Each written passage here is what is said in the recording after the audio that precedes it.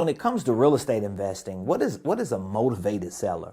You know, you hear people say it all the time. Oh, if you want to do real estate, you got to find a motivated seller. All the money is in finding a motivated seller. And I know when I first got started in the real estate world, I was like, okay, so what do you mean by motivated seller? You know, I'm a preacher. I'm a motivational speaker. So I know the idea of motivation is like, are they excited to sell? Are they like fish just jumping out of the water where you only have to put them on the hook? What do you mean by motivated seller? Well, first of all, a motivated seller doesn't mean that they are excited about selling their home.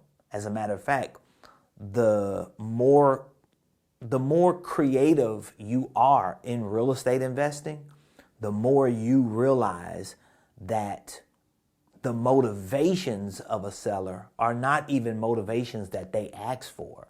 These are not motivations that they're excited about.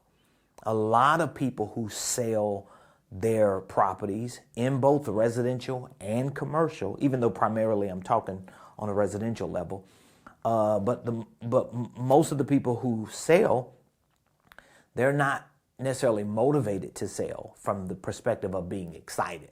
All right? They don't necessarily want to sell. There is something that's forcing them to sell. And so when you think of a motivated seller, don't think of the traditional way someone thinks of being motivated. You have to understand a seller's motivation is another way of explaining a seller's problem. Okay? So when a seller is motivated, that means that seller has a problem that they need to fix, even if they don't want to sell their property to fix it. But they're motivated to sell because the problem that they have has heightened their motivation because the property, the piece of real estate, is the only instrument that can be used to actually solve the problem.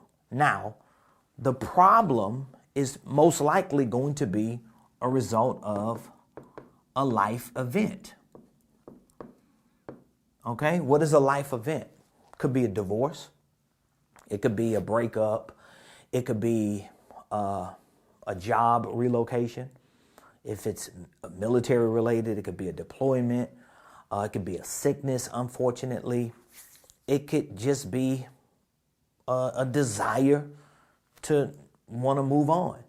I've seen all these different types of motivations, which are problems, which are life events.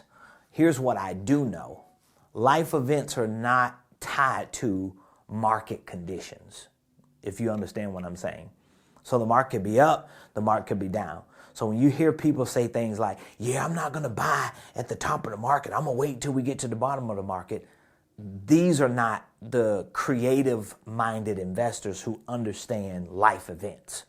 Because it doesn't matter if the market is up, it doesn't matter if the market is down. You know just as well as I know, life happens. And when life starts lifing to the point that it starts creating problems for someone, they're going to look at the assets they have at their disposal to see if those assets are actually able to solve the problem and help rectify the life event. So the next time you think about what a motivated seller is, make sure that you understand the motivated seller is the seller who unfortunately has a problem.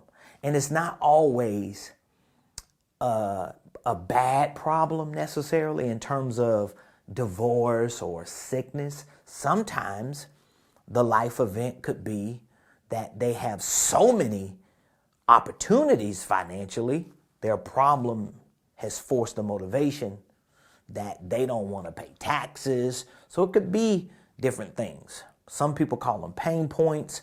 Some people call them PowerPoints. The pain point is like the bad life event. The PowerPoint is, well, they just want to do a deal in terms of selling their property to flow power into the future. Okay. One creative real estate investor says it's either for their pain or it's either for their gain. Whatever the terminology you're using, just understand a motivated seller is code for they got a problem. And if they got a problem, that problem is tied to one or many life events. So what should you be looking for?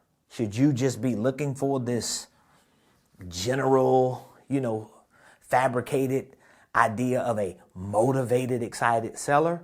Or should you be looking for people who happen to own properties that have life events going on that's creating problems or pressure or distress or some motivation for them to sell? And now, if you're able to identify with the life event or life events, solve them by using the sale of this property as a instrument or vehicle inside of this problem-solving solution, then guess what? You found the motivated seller, and most likely you'll be an excited buyer. So that's just my take on it. Give me your feedback.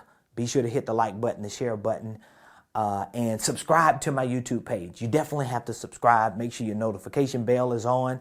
And anytime you're on any other platform, find me and follow me at Ramon Preston. I'll see you in the next video.